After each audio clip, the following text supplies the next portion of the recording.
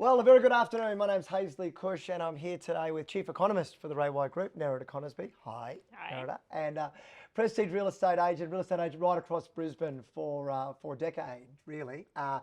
Christine Rudolph is with us today. We are missing one member, and that's Matt Lancashire. And unfortunately, he's come down quite sick over the last 24 hours, and so I think he is watching from where he is at home.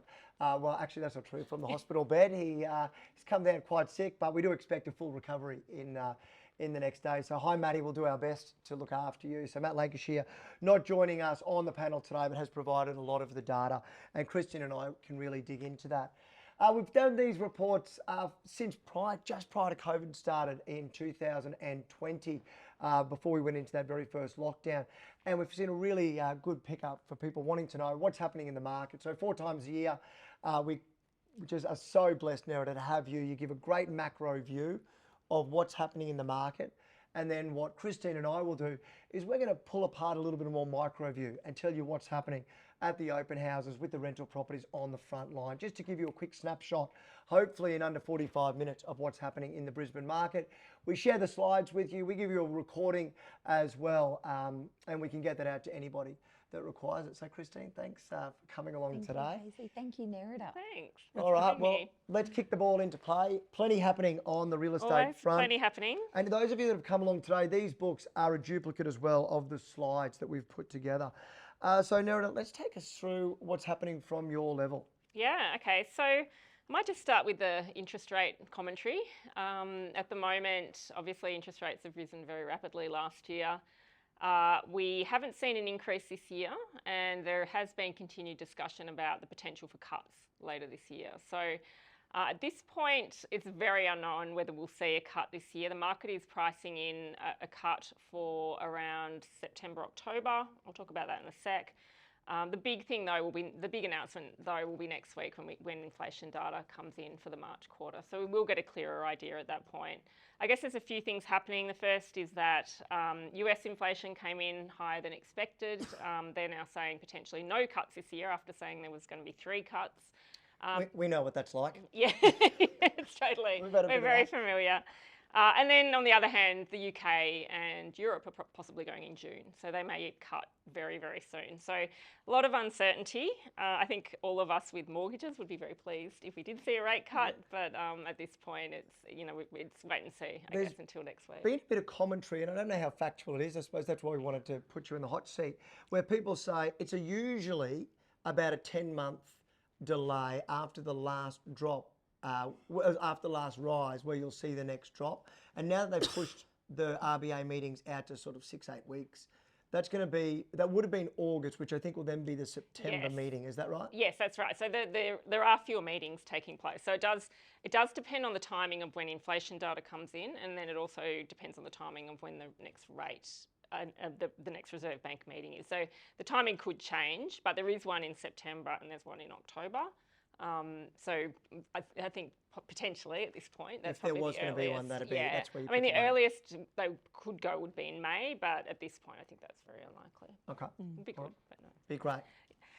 So price growth is very, very strong everywhere. You can see here how strong it is. Perth is the strongest. Prices are up about 20%. Just came back from Adelaide. That is super strong at the moment. It's quite unusual. Adelaide's usually quite a much weaker market.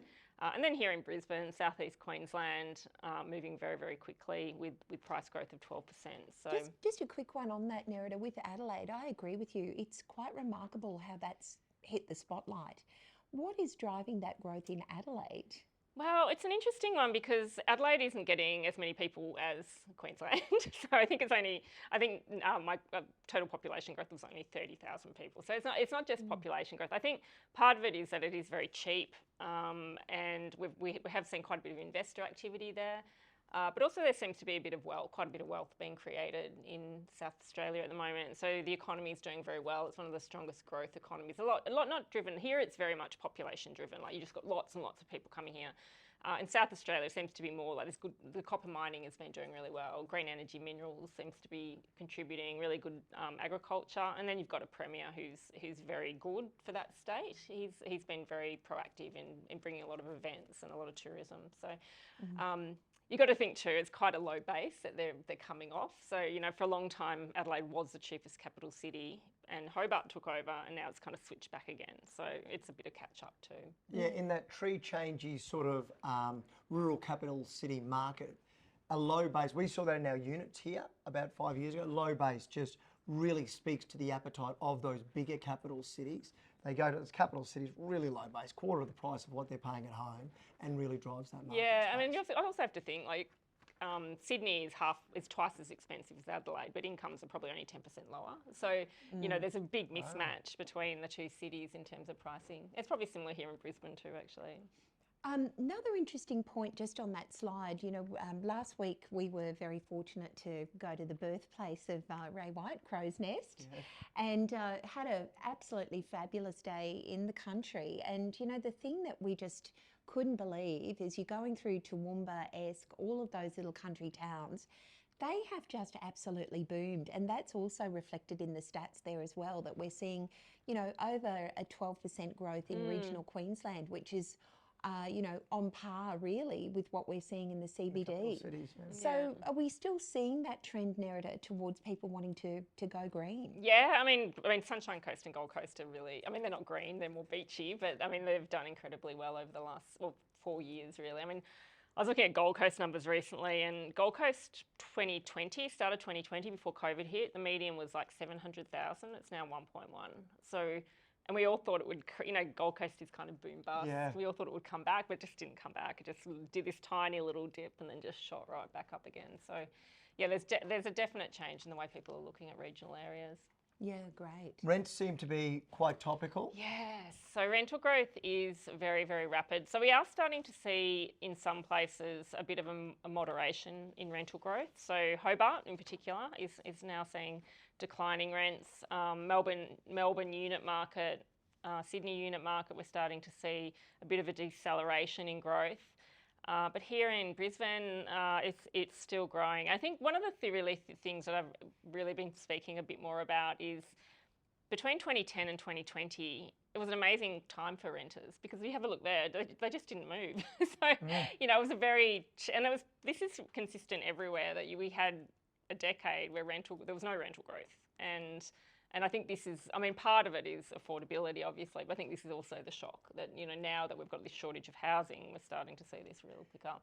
Just to talk to that on a frontline view, you know, being a property manager, we've been doing this for 30 years. Was it really hard place for landlords? You know, units were being built, units were being released.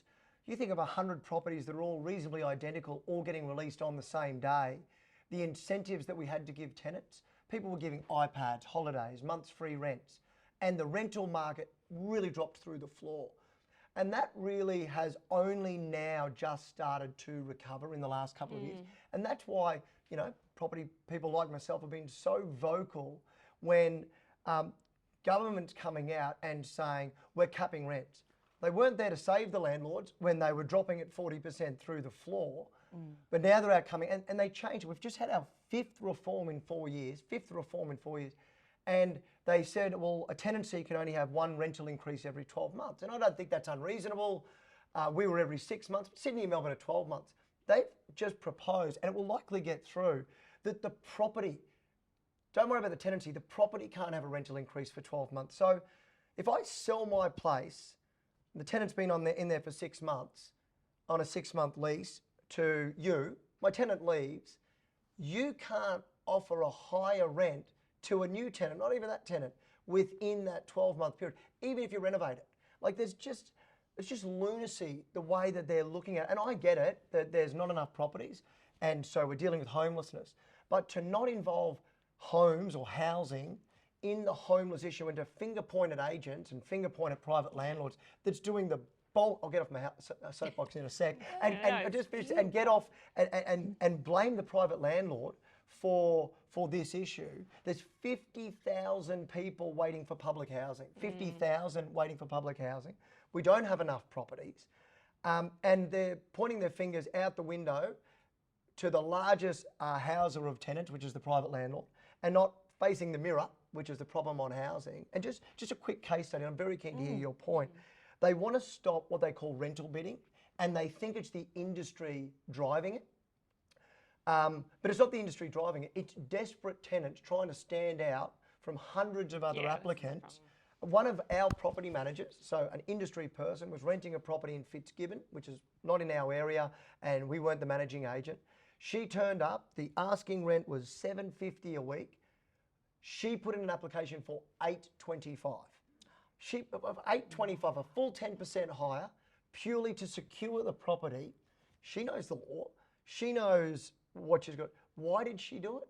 To secure a place, to secure a home. So these rental prices, they were due. You do a normal trend line across there, it's where they should be. It's the steep curve and not enough housing. Yeah, Off the the housing, soapbox. Sorry, I interrupted. My question about that is, could this be counterproductive in forcing a lot of investors to reconsider keeping their properties, putting it on the market, and then those properties going to owner-occupiers and increasing that shortage for tenants? It's such an issue. This is the death by 1,000 cuts to the private investor. Like over-compliance. Compliance is important, but over-compliance. Capping rental increases. Well, the bank's not capping there. They put their interest rates up and the tradesperson's got increased costs, so maintenance costs are up. Even land tax, state government has been happy to put their hand out more. Rates have gone up, but not the private landlord. So they're selling. Well, why would they sell?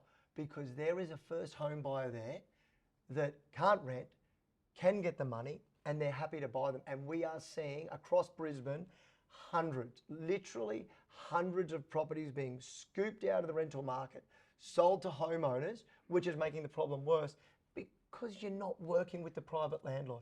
Okay, so I got back on my soapbox, but that'll be the last time for at least a couple of slides. No, very valid No, it's a point. valid Yeah. point. I mean, a Really valid good point because 90% of rental properties are provided by private landlord, and the landlord. government sector has been providing less and less every year. So, yeah, All right. it is a problem. Take a deep breath, everybody. Let's go. All right. All right, so will it continue? And the answer is, look, at this point, it does look like it will continue. We will continue to see price growth. Rents will probably still increase as well. One of the reasons being is that we will potentially see a cut. So I did look at these numbers this morning. So that as of 2nd of April now at, 18th of April, the market is still predicting a hold in May. So very small chance of a cut.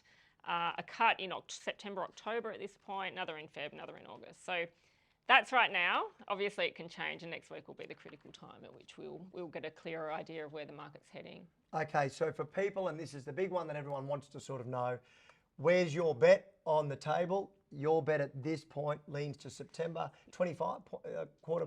20, yeah, 0.25. And where do you think, what is that sweet spot they're trying to get us to in terms of interest rate? It's inflation. They're trying to target between 2 and 3% inflation. So they have said that even if inflation is higher than 3%, they may still cut because it's very laggy. So even if they cut now, it'll take probably 4 to 6 months for that to flow through to the economy. So they do need to move sooner rather than later because by the time the economy is in a very dire state, and we're seeing it in the UK and New Zealand at the moment as they head into recession, that it's very hard to turn it around. So you don't want to get into a recession environment. You want to stay just below a recession and then kick it up and let the economy grow again. But if they get that right, are they aiming for around, like what cash rate?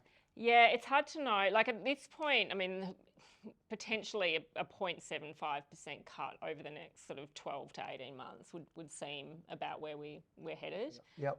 Beyond that, it's a little bit hard to predict. All right, happy with that. And construction costs? Yeah, so they've moderated. So you can see here what's happened in Brisbane. It is the worst city for construction cost rises in Australia, and that's incredible. Incredible. Look at that It slide. really is. yeah, so that was 30% increase the cost of building a new home in 2022. So it's come back. It's come back because mainly because materials prices have come back, but it hasn't dropped. So I think this is a problem. It's gone up 30%. It's still growing, and it hasn't come down 30%. So we're not going to get back to 2019, 2020 pricing. This increases the cost of building a new home, and it's also the reason, which Christine was talking about earlier, that a lot of people are going for established homes rather than trying to build because it's too expensive to build. And it's a problem for housing supply, and all of these issues continue to be rolling through at the moment. Exactly. We're actually seeing a huge rise actually in renovations at the moment, and even a rise in people actually buying the older style homes that do need renovation. And it is actually working out, as we'll see in the unit market as well, much more cost effective at the moment to actually do that. Just buy something existing, do it up beautifully, and you're ahead in front of building something brand new. Yeah, largely a lot of there's still that questions around the construction costs. I mean, that was always the thing, right? When construction costs or supply chain gets fixed, will that cost saving flow through? Well, if you're the business owner or the tradesperson, you can hold back as much as you can to try to keep the margin. Eventually, competition will force that, right? Yeah, and we do have labour big labour problems here in Queensland. We do. I mean, it's a bit of like a funny situation that we need migration to Queensland to build homes, but we need homes for the migration of labour. So Exactly. it's this circular challenge we have at the moment. So demographics is another one. So this is a bit of a longer term trend, but we did see it during the pandemic. It was one of the reasons we saw very sharp rises in rents, even though Australia wasn't increasing population. We are seeing a rise in people living alone. Australia is ageing. It means the types of homes that we build need to be quite different. So this is a longer term issue that does need to be resolved in Australia. If you have a look anywhere around the world, most people live in apartments. We don't really like to at this point, and that's a problem for us. Nerida, you had an interesting column recently saying that there's also been a high percentage of professional females who have now entered purchasing property as well, and that's contributed to that growth also. And I believe millennials as well as Gen Xers are now 47% of purchasers of property. So the millennials, I believe, are they're getting into the market. Yeah, there was that Commonwealth Bank study where they saw that there was a lot of millennial investors, which was interesting. So, were they reinvesting? Or? They don't know. It's hard to tell. So it was Commonwealth Bank that did the research. So it's not publicly available data. But I'd say reinvesting would be a fairly, I mean, probably not all of them are investing, but I'd say it would be a fairly common strategy. I mean, it does make sense. If you're trying to buy in a very expensive city, you want to get into the market, it does make sense to buy somewhere cheaper, at least to kind of get onto the property ladder. So for those watching along, rent vesting is when I really want to live in the inner city and I really want to buy a property, but those two things don't hold hands. So what I'm going to do is I'm going to rent in the inner city and I'm going to buy my property in an area where I can buy. Why do that? I get the lifestyle benefit of living in the area. I get the capital uplift benefit of the property that I'm going to buy. What's the trade-off? Well, the trade-off is you're going to lose any first home buyer incentives that you may have got, and investing does carry a few extra costs to principal place purchasing with loans and stamp duties and those sorts of things. But it can be a very good strategy to get people into the market, especially when you see what we saw earlier, those big, strong capital growth areas. Okay. So this is just looking at how much construction costs have increased relative to house prices. So ideally, you do want these fairly similar. You do want house price growth to be roughly similar to construction costs because we need more homes. If it's too expensive to build, people can't build and they look at the established market. And that's fundamentally what's happened everywhere in Australia, that it's cheaper to buy than build, and until we start to see it. So house prices kind of have to rise, which is a very kind of depressing story for affordability, but we can't ignore the fact that trying to build a new home now is so much more expensive. You know, it's probably 40% higher than it was when we look at prior to the pandemic. All right, so if you're backing in a line here, you're saying that the yellow line's not coming to meet the black line. The black line needs to get up to the yellow line. Well, it's not going to, as you said. I mean, there's probably, if you're a builder, you've had a pretty rough few years. You're probably going to try and, recalibrate and try and, cement your situation. I can't see many builders deciding to cut costs at this point. No, because margins, they're tight. Yeah, they are. Listen to Scott Hutchinson or those big companies talk about. They're not talking huge margins. They're talking huge costs. So, I love that loop, right? That's an amazing thing. We need more labour, but where are they going to live? This doom loop that we seem to have. House pricing growing up. It is a difficult thing for every buyer until they buy, and then they're thrilled that property prices are going to go up. So that's all the advantage of that first entry ticket.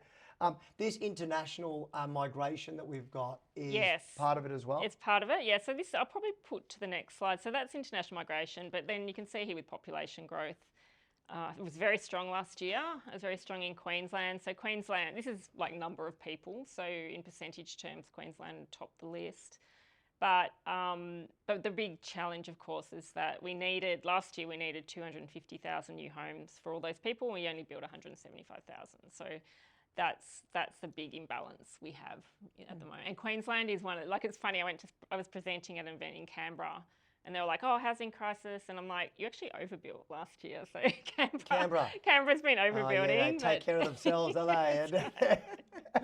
But here in Queensland, the imbalance, I think I've got the numbers somewhere, but yeah, here in Queensland there is a severe imbalance between the number of homes being built and the number of people that need to live in them. Homelessness, for those people watching, we are seeing a rise in that. We're seeing more tents tragic. Up and around the city, and it's not great, but not to that effect of the shortfall. So is it families living together? Yeah. What has been the practical on the ground solution? I don't know. It has been share houses getting back together, or getting together. I mean, you think about if you're a single person living on your own, the quickest way to halve your rent is to get another person in with you. So that seems the obvious solution. People moving back home, it is. I mean, it's challenging at the moment as a renter.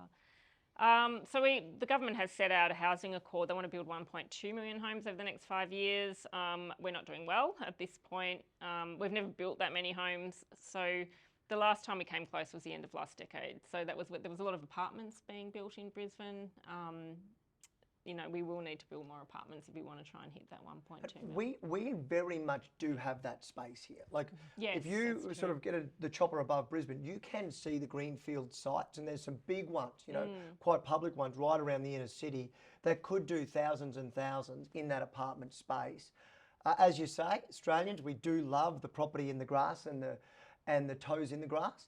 But there has been some great developments with really lush rooftop spaces and really good activation. And I do think if the developers, and we do have really creative developers that we've seen, there's always not creative ones, but really good, a group of emerging developers that have created really good space. If you could get that in that tight area, we will start to see some of these solutions maybe come together to hit those targets. And then just looking finally at luxury, because I guess that's for New Farm, around the New Farm area, it is a luxury, we consider a luxury market in terms of pricing.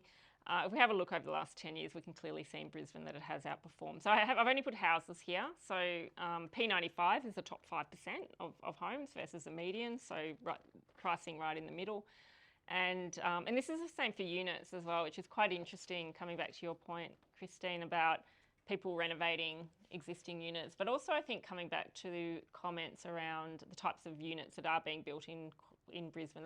They do tend to be bigger and higher quality than many other places that we see. And I think part of it is Brisbane came quite late to building apartments. Really, the majority of them came into the market last decade, and also I think also the school system helps. I think a lot of the kind of bigger apartments are being built in school zones. So that seems to be having very true. Yeah. We've got some interesting bit of an stats impact. actually to pick up on that when we do focus on the apartment market.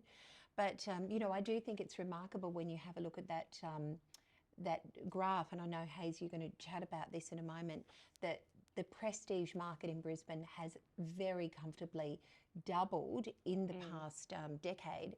And the other interesting thing that we were chatting about before is that a lot of people who are investing into this market are actually taking a long-term view of the capital growth, knowing that they're putting their money into a really solid high growth asset that is actually going to be a capital free asset, tax-free asset once they do sell with no capital gains. Yeah, there's a lot of commentary on the weekend. I spoke to a few people about, there's a report that's just come out showing Brisbane as the most likely and strongest place. No surprise, I think, to Brisbaneites, that we will have the strongest capital growth over the next 10 years, and that is really driving a lot of this interest. So the bookends of the market, the apartments have been super strong, and Christine's going to lean into that in just a moment, but also the high end.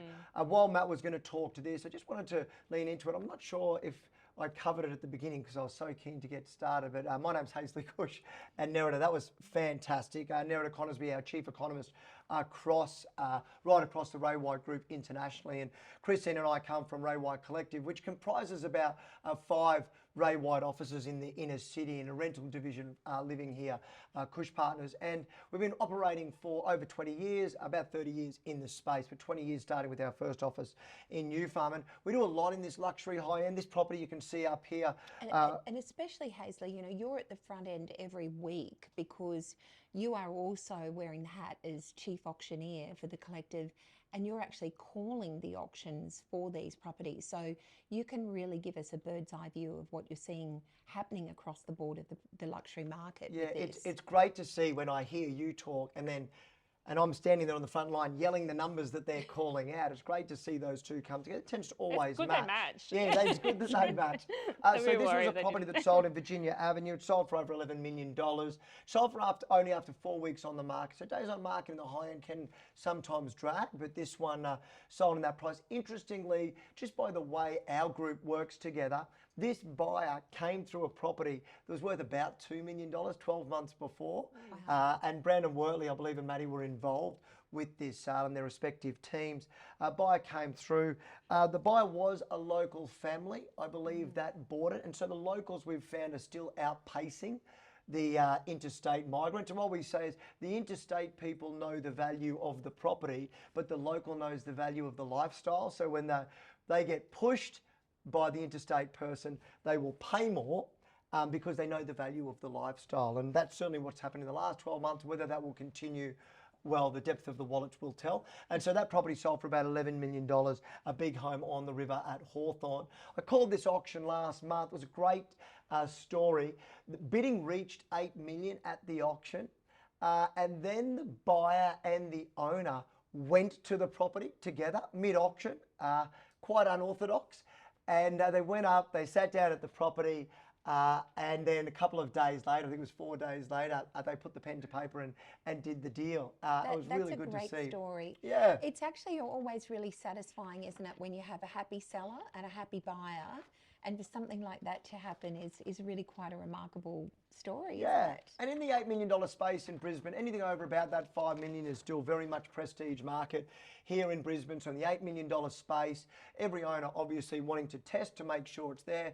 They probably wanted some validation post-auction to see if anybody else was going to step forward. The buyer engaged quite well with the seller. It was a really harmonious negotiation, and then it came together. So in that high end, we're seeing that. And our last 3 prestige auction event clearance rates are sitting over 90% when you include the week or so after the auction. So really, really strong. And our unit market is sitting at the last 3 auction events at 100% at our unit only auctions. Probably could lead into what you're going to discuss. Absolutely. So what we're seeing in the unit market is exactly what we're seeing in the house market at the moment. It is the locals who are going in and they're actually purchasing properties with confidence. And one of the biggest things that we are noticing is, as Narita said, size matters. So we've definitely gone for a big trend with developers in Brisbane where they are going back to the 1 per floor developments. We're going to tell you about a record sale that's just taken place in a moment. But what we'll just, we've got the top 10 sales that have happened so far this year in Brisbane. You can see that 50% of them are still in the 4005 postcode, but we're actually seeing that there are some new entries into this which are quite remarkable. So I'm just going to talk first of all about Milton. Now Milton is exactly one of those suburbs where Nerida has spoken, saying that we're seeing a lot of families that are now also wanting to buy into apartments. So this is a brand new development that was done by Kokoda Property Developments. They're actually a Melbourne company that came into Brisbane ahead of the boom, probably about 2019 they came in. Yep. They saw the vision for Brisbane. They created this incredible penthouse. Now this is off river in a building called the Ambrose. And this actually sold for $4.65 million, and it sold to a local family. They actually had 4 girls. They had 2 at Grammar, 1 at UQ, and another one that goes to Queensland Ballet. and they wanted that property because of the convenience, exactly what Hazley said, beautiful rooftop pools, media rooms, absolutely gorgeous development. Now, we're also seeing that prices are really moving outside the circle at the moment. So people traditionally would go to the 4005 postcode to get in there, and the prices have really, it's very short of stock for a start. So people are now looking for value in other areas. And this is a case study, again, of an area that did not move for years, Hamilton You've got North such Shore. a good story here. You were involved when they were sold off the plan or sold launched? off the plan with Fraser's Property Group, Fraser's Property Australia. And then you've gone on to sell this. So you would have seen the rise, the fall, the rise of this story. Yeah? That's exactly right. So there's a lot happening here, including the launch of Bluey's World. We know Bluey's in the media a lot at the moment. They're going to be developed in that North Shore area. This is a lovely little apartment, a 3-bed that sold for $1.5 million. It had a 50% uplift in only 3 years. So the next property I want to feature is actually one that's just been sold by my lovely colleague Ben Percival and his team here today. Ben has just done an incredible job with the Wool stores in Brisbane. Now, the prices in the Wool stores are booming. They're an absolute blue chip asset in the Tenerife area. Now, this is a property that Ben sold, a 1-bedroom apartment that Ben sold for a record price only 2 years ago. I remember when Ben sold it at the time thinking, these are Sydney prices. This property has just resold without even hitting the market, and it sold for $965,000. And again, leading to what Nerida said, the rise of people choosing to live alone. It's a lovely big apartment, and that has been sold pre-market. So 20% uplift in only 2 years, and great work, Ben. The other property that we want to feature is a record price that's just been paid in Clayfield. Now, this building was built in the 80s. It's a rare penthouse. It has more than doubled in value since 2015, and that has just sold for $3.75 million in Clayfield, which is just remarkable. It's huge though, 700 square metres. And again, illustrating that buyers are returning to older style apartments. And we're going to show you exactly why older style apartments are the flavour of the month at the moment, because in our next slide, we're just going to see how we've just had a sale in Kangaroo Point for $14 million of a beautiful penthouse apartment off the plan. Now that equates to $45,000 per square metre, which, Nerida, I'm sure you would agree, Yeah, they're that Sydney is a record. prices. Yeah, it is. Big. Yeah, absolutely. I mean, I would have thought average here would be about 30. Well, some of the newer ones, yes, around 30. The new ones, this is a record for off the plan. This is It is a record, yeah. extraordinary. So so this is Kangaroo Point again. Going back to Nerida's point, sold to a local family. So they'd been looking for 2 years for apartments. They've snapped this up. It's currently under construction, and that will be finished next year. I love this flyover. So it's taking in those markets that sit around that on the shoulders of our CBD, and you're seeing those big prices coming. You buy off the plan, you're backing in a sale in 2 years, 3 years time. Gives you time to tidy up your own affairs, to sell your properties, but to have that much confidence to put the 45,000 a metre on the line in Brisbane. And if you've come from Sydney or Melbourne, you're going to look at it and go, you locals don't know what's about to happen. I've seen it happen here. Saw it happen in Sydney 20 years ago. We're on the cusp of change. So the smart money at the moment is actually going into the older style apartments, because people who are buying into these older style buildings that might have been completed around about 12 years ago are going, okay, look, it's probably going to cost me about 18 to 20,000 per square metre to be on the river in the 4005 postcode. But I know that I'm already going to make money, because in 2 years' time, when these other developments settle, I'm well ahead of the market. And what we're also seeing is a huge demand for older, bigger style apartments, and we're seing a lot of these apartments being completely gutted and interior designers going in and spending up to $1 million or $1.5 million on them, and buyers still saying, well, I'm well ahead because if I can get this now, it's actually going to save me a lot of money from buying off the plan. So looking at the best buys at the moment, we've actually just seen that Gen X and millennials actually comprise 47% of all buyers in the market. So the up and coming fringe suburbs at the moment where you can pick up a great buy for under 600,000 are suburbs like Nunda, where we've got our colleague Simon Petrie that's selling a huge amount of properties where you'll get a 2-bed, 1-bath, 1-car for around about 525 north facing. Bowen Hills, still a completely undervalued suburb, for 510,000 you can get a 222. The Valley, again, great suburb where you can pick up something great for 560. The city, I was just speaking with the lady here earlier, the city's gone up 16% in value in the last 12 months. There are some fabulous buys in the city, and I'm also hearing a lot of clients at the moment who are working in the city who are just buying these 1-bedroom apartments so that they can keep their car space for the city. So, you know, that's a trend that we're seeing at the moment as well.